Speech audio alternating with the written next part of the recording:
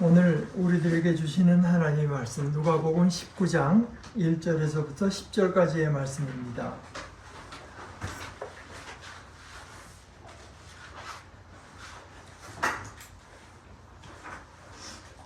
예수님이 여리고로 들어가셔서 그곳을 가로질러 가고 계셨다.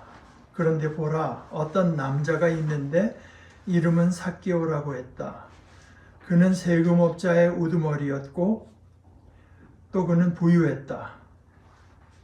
그는 예수님이 어떤 분이신지 보려고 애를 썼지만 무리에게 막혀서 그럴 수가 없었다. 키가 작았기 때문이었다. 그래서 그는 앞쪽으로 먼저 달려가 돌, 무화과 나무 위로 올라갔다. 예수님을 보려는 것이었다. 예수님이 그곳으로 막 지나가실 것이기 때문이다. 그곳에 오셨을 때 예수님이 쳐다보시고는 삭개오한테 말씀하셨다.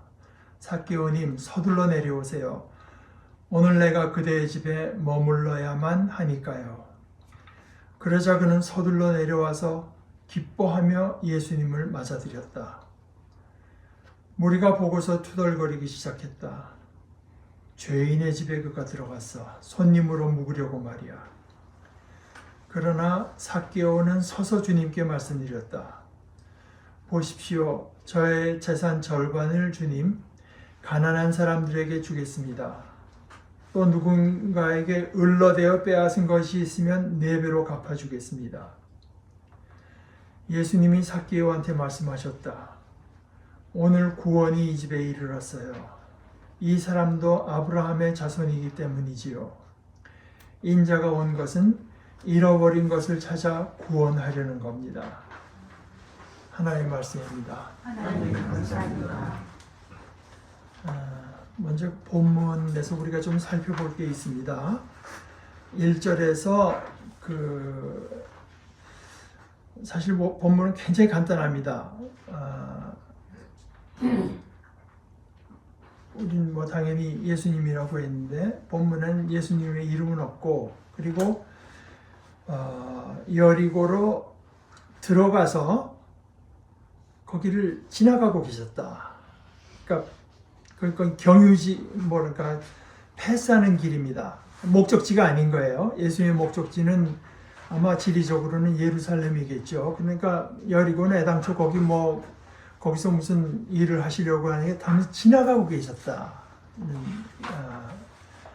이야기가 되고요. 그 다음에 2절에 이제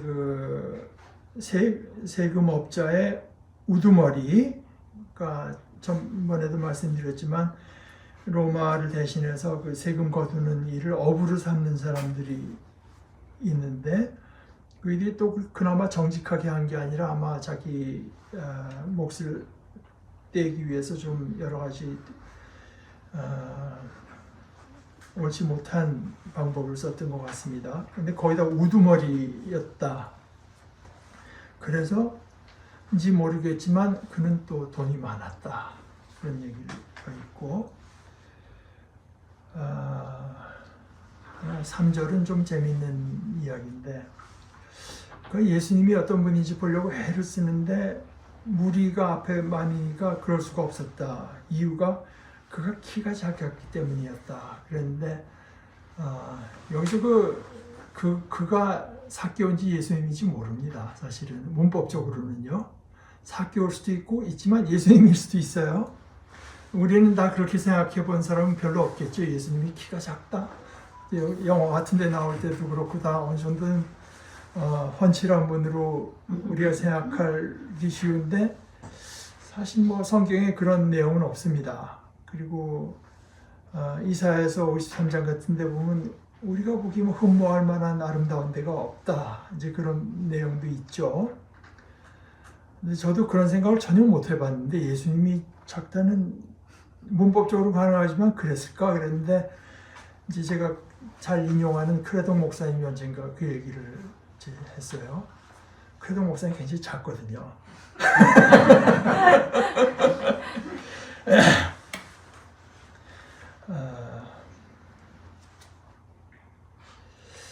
여기 이제 예수님께서 삭개오님 서둘러 내려오세요. 내려가다 다치면 어떡합니까? 근데 이제 여기 돌무화과 나무라는 게 영어로 시카모 나무인데 뭐 아주 그렇게 낮은 나무는 아니고 그런데 내려오십시오. 서둘러 내려오라. 이거는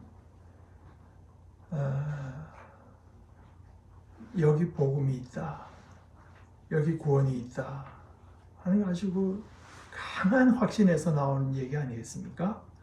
여기 당신이 서둘러 내려와서 당신의 것으로 삼을 만한 것이 있다.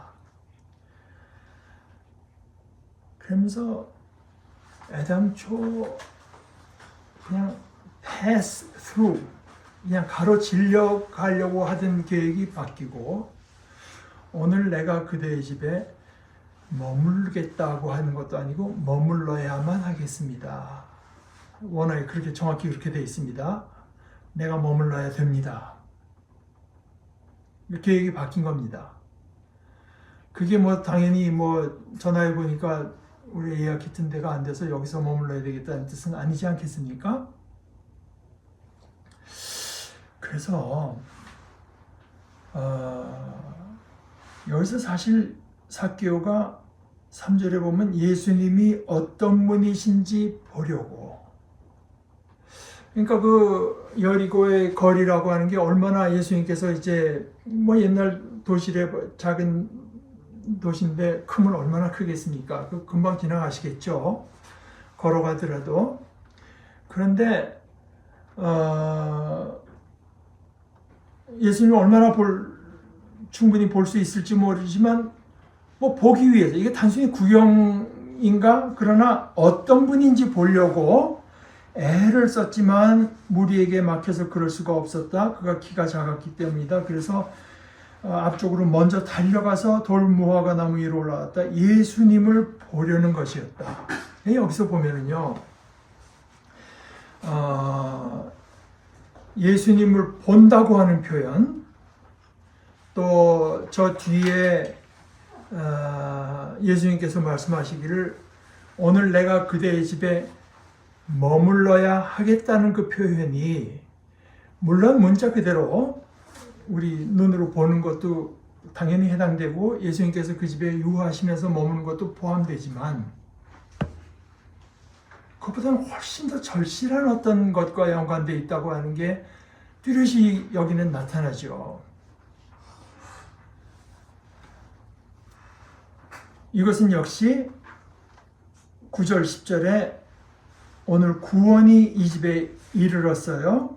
이 사람도 아브라함의 자손이기 때문이죠 하면서 인자가 온 것은 잃어버린 것을 찾아 구원하려는 겁니다. 이것이 예수님의 목적지입니다. 사실은 구원하시려고 하는 것, 찾아내서 구원하시려고 하는 것이 예수님의 목적지이기 때문에 지리적인 목적지는 그 상황과 형편에 따라서 얼마든지 달라질 수 있습니다.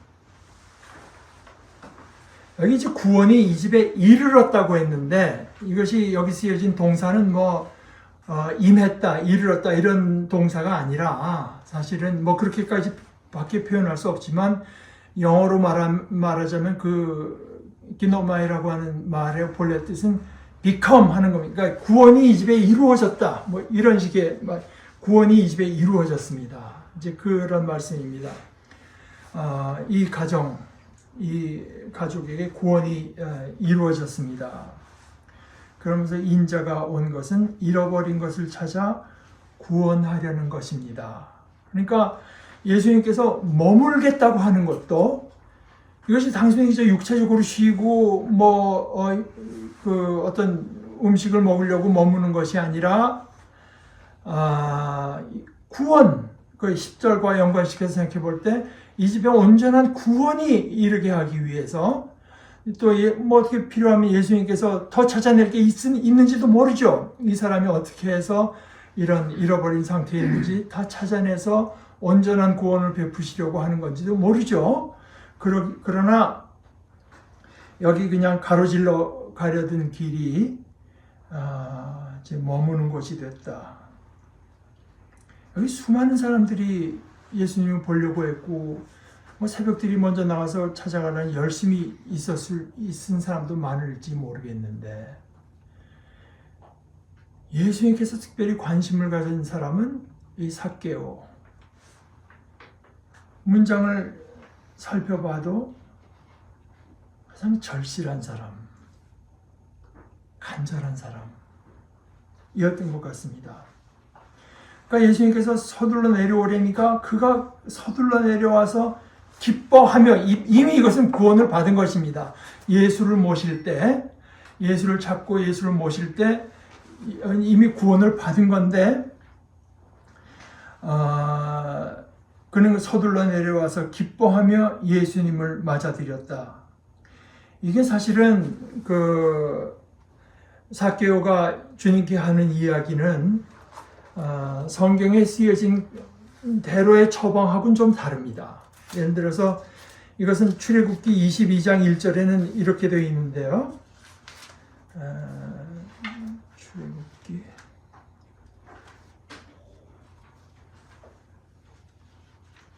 22장 1절 소나 양을 도둑질하여 잡아 죽이거나 팔아넘겼다 하자. 이 소나 양에 대한 얘기입니다. 그럴 때 소 한 마리에는 5마리로 양 한 마리에는 4마리로 물어주어야 한다. 이것이 연상되지만 그러나 사실 정확히 이제 레위기나 민수기에서 하나님께서 명하신 것은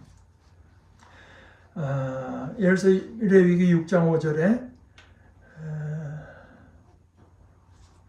거짓으로 굳게 다짐한 것은 무엇이든 전부 갚고도 거기에 5분의 1을 더해 주어야 한다.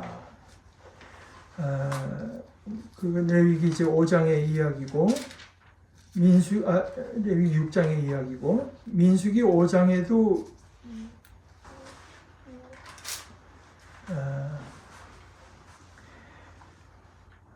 야훼께서 모세에게 말씀하셨다. 이스라엘 사람들에게 말해 주어라. 남자든 여자든 가릴 것 없이 다른 사람에게 어떤 죄를 지어서 야훼께 정말로 신의 일을 저버렸다면 그 사람은 벌받아야 한다. 그런 사람은 자기들이 저지른 죄를 고백해야 된다.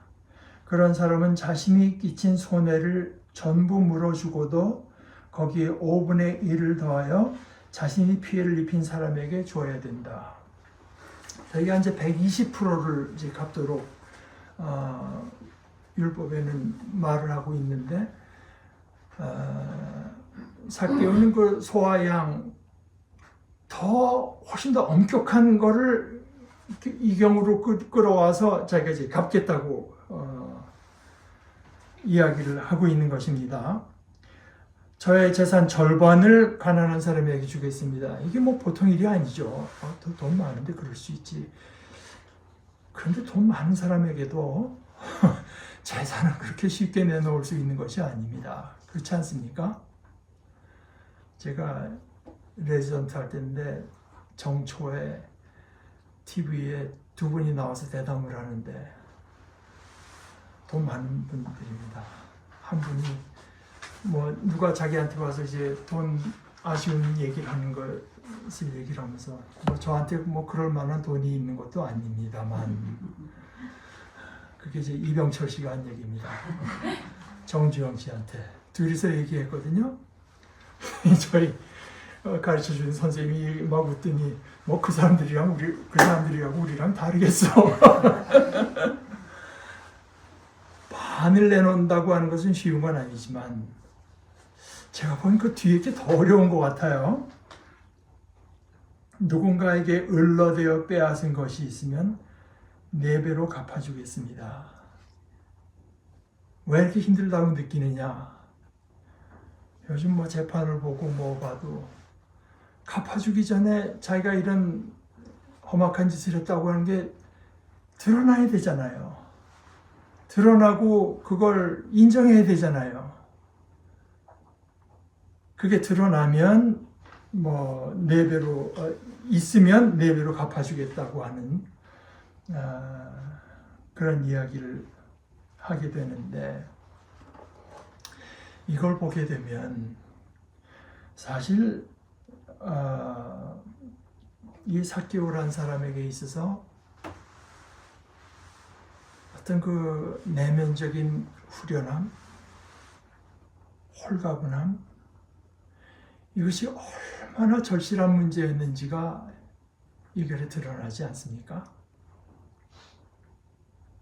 자기가 뭐 인생 사는 게 그런 거지 하면서 그냥 이상한 수를 써서라도 재산을 불리는 삶을 이제까지 살아오면 해결책이 없다고 생각했으니까 살아왔으나 예수를 모시는 순간에 얼마든지 다른 삶이 가능하고, 그래서 그땐 얻게 된 그 해방감, 홀가분함, 후련함, 여기에서 나온 이야기 아니겠습니까?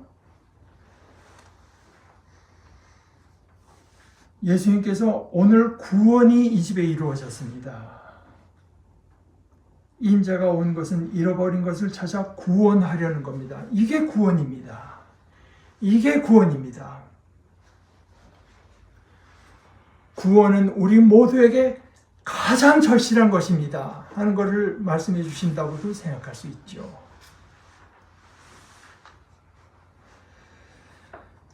오늘 이것은 이제 소위 우리 교회력에 따라서 읽어가는 전 세계 교회 중에 많은 교회가 이 누가복음 19장 삭개오의 이야기를 할 겁니다. 그런데 저는 이 이야기를 읽으면서 특별히 오늘 그 종교개혁주일과 연관이 됩니다. 저에게는.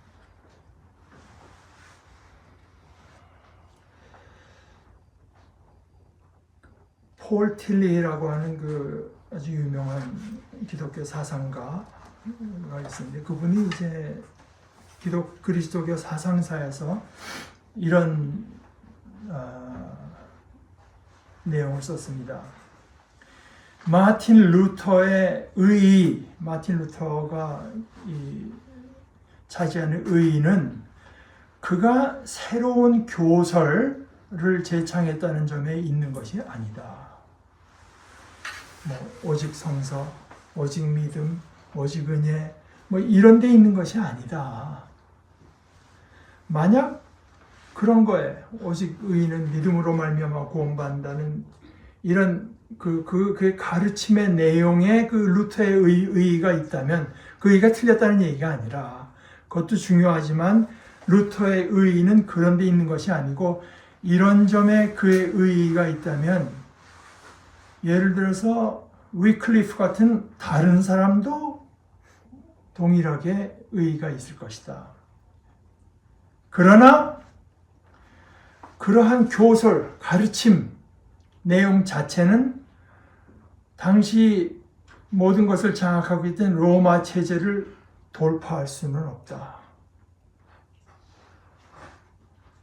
세계를 변혁할 수 있는 돌파를 감행했던 것은 오직 한 사람, 마틴 루터였다.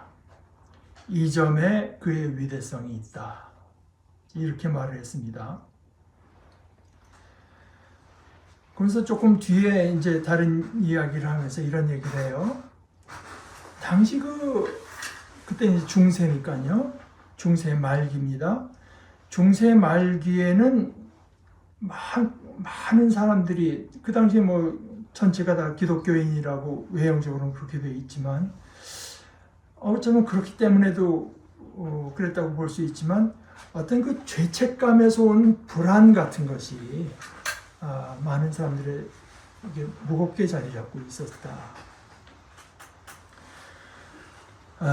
이것은 이제 그 중세 말기의 역사적인 상황이나 사회적인 상황하고 관련이 되어 있는 건데, 그 당시에 어떤 그 시대 정신 비슷하게 시대적인 느낌으로 그런 죄책감에서 오는 불안이 만연해 있었다고 하는 것은 그 시대 예술에 잘 나타나 있다. 뿐만 아니라, 예술뿐만 아니라 성지나 의미 있는 이런 데를 순리하는 순례의 기획, 거기도 나타나 있고, 또 야고보의 무슨 머리카락이 어쩌고 누구의 손톱이 어쩌고 하는 거룩한 유물을 수집하고 또 그것을 숭배하는데도 이 사람들이 얼마나 죄책감에서 오는 불안을 품고 있었는가가 하는 것이 드러나고, 또 처방받은 대로 하루에 몇 번씩 빈번한 기도하는 게 나쁘다는 말이 아닙니다. 그러나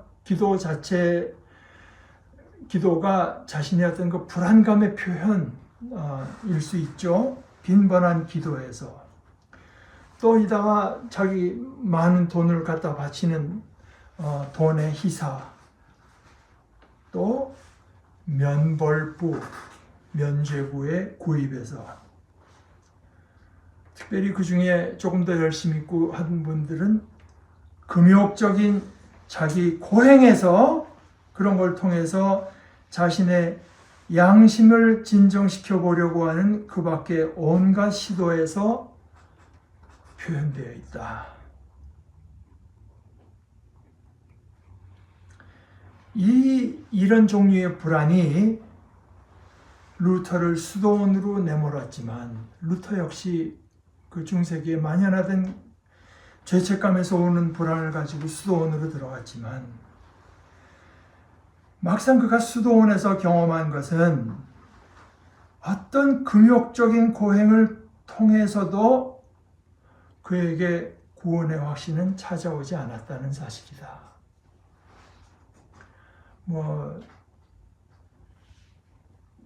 죄를 고백하고 막 내려가다가 또 생각나면 하고 내려가다 올라와서 이제 제가 빼먹은 게 있습니다 하고 또 고백하니까 이 죄 고백을 받던 신부가 좀 그만 올라와라 했다는 정도로 했지만, 그러나 그렇게 해서도 구원의 확신이 찾아오지는 않았다. 그가 가진 어떤 하나님에 대한 생각은 자신을 위협하고 벌하고 심지어 영원히 멸망시키려고 하는 그 신에 대한 끊임없는 두려움 속에서 살고 있었다. 그래서 그가 계속 물은 것은 자기에게 자비롭게 대해주는 신, 그 신 하나님을 얻기 위해서는 내가 무엇을 해야 될 건가를 자문했다. 이 물음, 그리고 이 물음의 배후에 있는 불안, 이것이 종교개혁의 출발점이 되었다.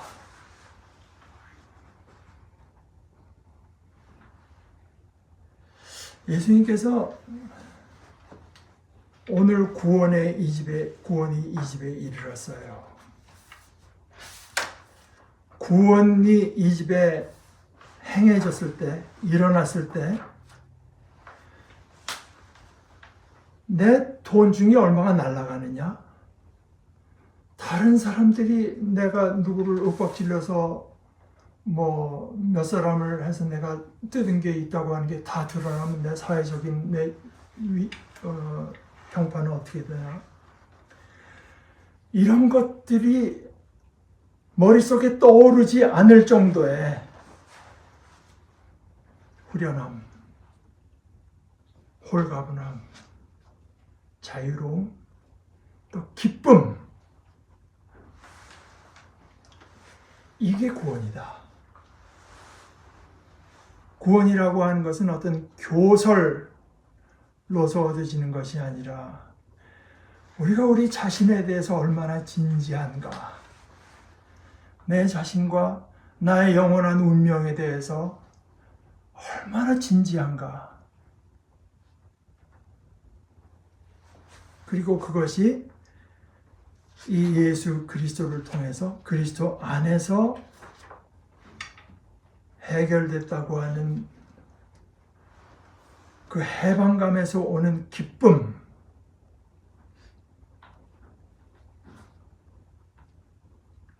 그것이 구원입니다. 예수님께서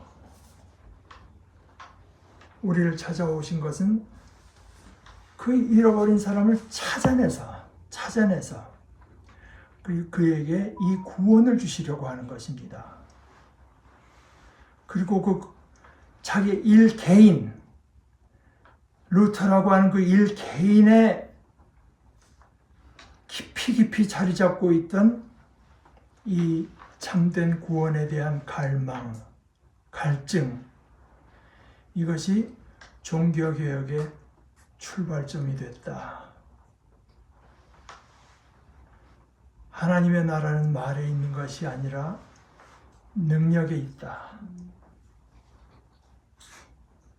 바울 사도가 누차 강조하는 것처럼 경건의 모양은 있으나 경건의 능력을 부인하는 자에게서는 돌아서야 된다.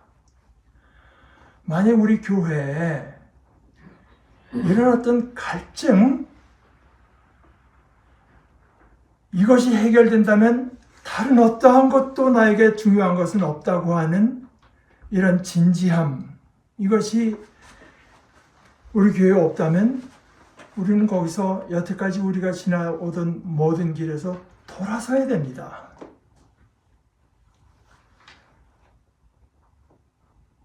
그때 이제 예수님께서 오늘 구원이 여기에 이루어졌습니다. 이 사람도 아브라함의 자손입니다. 내가 바로 이것을 위해서 온 것입니다. 하고 우리에게 알려주실 것입니다. 우리 같이 기도하십시다. 하나님 아버지께서 저희를 창조하신 것은 영원한 뜻을 품으셨기 때문인 줄 저희들에게 아버지께서는 나타내시고 가르쳐 주시고 거듭 말씀해 주십니다. 이 말씀 앞에 저희가 전적인 우리의 삶을 걸고 서서 우리가 얼마나 가난한지, 우리가 얼마나 비참한지, 우리가 복된 곳으로부터 얼마나 멀어졌는지를 정직하게 들여다볼 수 있고, 그러나 우리 주님께서는 그 모든 것들 속에서 구원을 행하시는 분이신 것을 우리들이 깨닫고 받아들이면서 참 기쁨에 이를 수 있도록 저희들을 다스려 주시옵소서. 예수님의 이름으로 기도합니다. 아멘.